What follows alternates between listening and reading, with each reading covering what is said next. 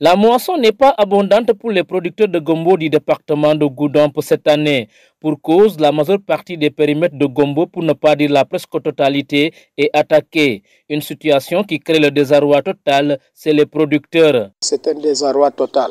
Vous savez qu'en cette période, les femmes qui anticipent la période hivernale font des champs, des hectares de gombo pour subvenir à leurs besoins. Mais le constat est presque général. Il y a eu des attaques et de ce fait, la production n'a pas été au rendez-vous. Elles ont perdu tout ce qu'elles avaient semé. Il y a une attaque, les feuilles jaunissent et les fleurs tombent. Alors donc, cette année, nous ne savons pas sur quel pied danser. Nous avons déjà rencontré beaucoup de problèmes. Les anacardiers, certes, ont beaucoup produit, mais le prix n'a pas été au rendez-vous. Ce qui fait que les gens sont rués vers la culture du gombo, qui rapporte énormément d'argent. Malheureusement encore, le gombo est attaqué par une maladie que je ne connais pas. Alors donc, de ce fait, nous ne savons pas sur quel pied danser. Mais qu'est-ce qui pourrait bien être à l'origine de cette situation? Le chef de service départemental du développement rural de Goudomp tente de donner des explications.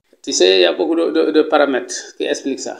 Là où on cultive le gombo, chaque année, c'est le gombo qu'on met là-bas. Et cette année, quand il y a une petite maladie, ça ne se sent pas tellement sur le gombo, mais ça va rester là-bas. C'est tellurique au niveau du sol. L'année prochaine, tu fais la même culture. Ce n'est pas conseillé.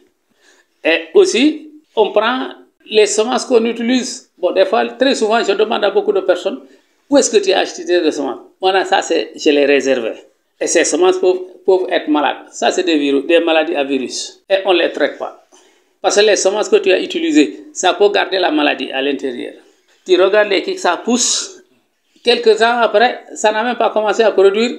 Les feuilles commencent à se nécroser. Donc, la maladie est là-bas.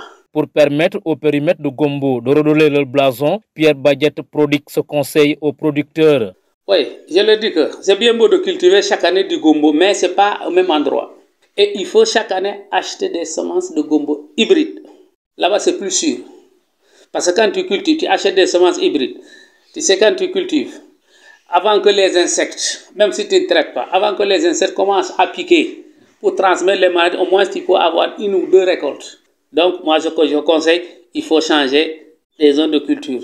Ou cultiver du gombo, enlever. Même si ça se comporte très bien, il faut, quand tu enlèves l'année prochaine, fais autre chose. En attendant de mettre en pratique ces conseils, ces producteurs qui craignent une période de soudure lancent cette invite aux autorités des pouvoirs publics. Nous risquons de passer des moments durs, des moments très très durs, parce que les gens ne vivent que de ça. Et si nos productions sont balayées par les chenilles, par cette maladie, où est-ce que nous allons nous confier? Donc toutes les autorités qui m'entendent, les personnes de bonne volonté, qu'elles viennent au secours de cette population qui n'a que les yeux pour pleurer, et en demandant à cet technicien de venir à notre secours. Espérons que ce cri de cœur sera bien entendu par les autorités concernées afin de soulager ces chefs de ménage.